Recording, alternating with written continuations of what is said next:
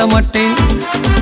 கிறிஸ்துவுக்குள் மிகவும் பிரியமான என் அன்பான சொந்த பந்தங்களே, நேர்மையான இந்த வெயில் காலங்களிலும் தேவனுடைய சமூகத்தை தேடுவதில் நீங்கள் குறைந்து போகவில்லை என்று நான் நம்புகிறேன். ஆண்டவர் இரட்சகரமாகிய இயேசுவின் நாமத்தினால் உங்களை யாவரையும் வாழ்த்தி ஆசீர்வதிக்கிறேன். இந்த வெயில் காலத்துல இனப்புரியாத பலவீனங்கள், சரீர வியாதிகளோடு கூட காணப்படக்கூடிய உங்களை கர்த்தர் இன்றைக்கு பூரணமான சுகத்தையும் பலனையும் ஜீவனையும் தந்து அவர் உங்களை விடுவித்து காத்து கொள்வாராங்க. ஆம், என் அன்பு தெய்வ பிள்ளைகளையும் அவர்தான் நமக்கு பலனாக இருக்கிறார். அவரே நமக்கு அரணான அடைக்கலம் கேடகமாகவும் இருக்கிறார். அது யாருக்கு அதிகமாக இருக்கிறார் என்று சொல்லி நாம் வேதத்துல பார்ப்போம் என்று சொன்னால், அபிஷேகம் பண்ணப்பட்டவர்களுக்கு அவர் எப்படி இருக்கிறாருங்க?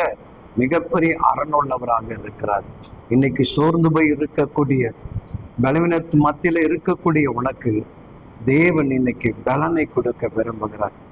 சங்கீதம் 28ஆம் அதிகாரம் 8வது வசனங்கள் எவ்விதமாக சொல்லுகிறது: கர்த்தர் அவர்களுடைய பலன், அவரே தாம் அபிஷேகம் பண்ணினவனுக்கு அரணான அடைக்கலமானவர். கர்த்தர் நமக்கு பலன். ஆமென். இன்னைக்கு பலவீனத்தில் இருக்கிற உனக்கு தேவன் பலனை கொடுக்க விரும்புகிறார். அவரால் நீ அபிஷேகம் பண்ணப்பட்டு இருக்கிறாய் அல்லவா? இந்த வெயிலுடைய காலங்களிலும் போராட்டம் பிரச்சனை உள்ள காலங்களிலும் அவர் உனக்கு அடைக்கலமாக இருப்பார். ஆமென். அன்பு சகோதர சகோதரிகளே, தாவீதுக்கு தேவன் அரணும் கோட்டையுமாக இருந்தார். தானியேலுக்கு தேவன் மிகப்பெரிய அடைக்கலம் கேடகமாக இருந்தார்.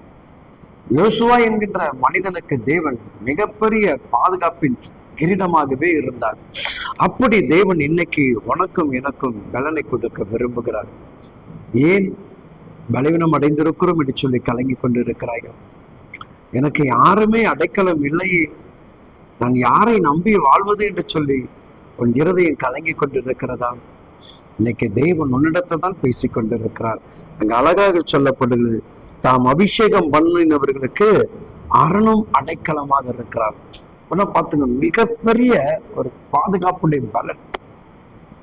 யாரும் நமக்கு அந்த மாதிரி இன்னைக்கு பாதுகாப்பு பலனாக இருப்பதில்லை இல்லையா? நான் அவர் ஒருவர் தான் நமக்கு பாதுகாப்புடைய பலனாக இருக்கிறார்.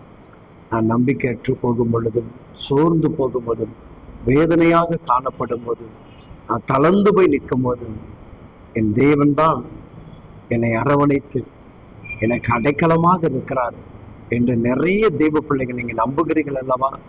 நிச்சயமாக சொல்லுகிறேன், அவர் உங்களுக்கு பலனை கொடுப்பார், உங்களை அரவணைப்பார், உங்களுக்கு அடைக்கலமாக இருப்பார், உங்களை பாதுகாத்து வழி நடத்துவார். பயப்படாதீங்க, இயேசு சாமி கூட இருப்பார். God bless you my child.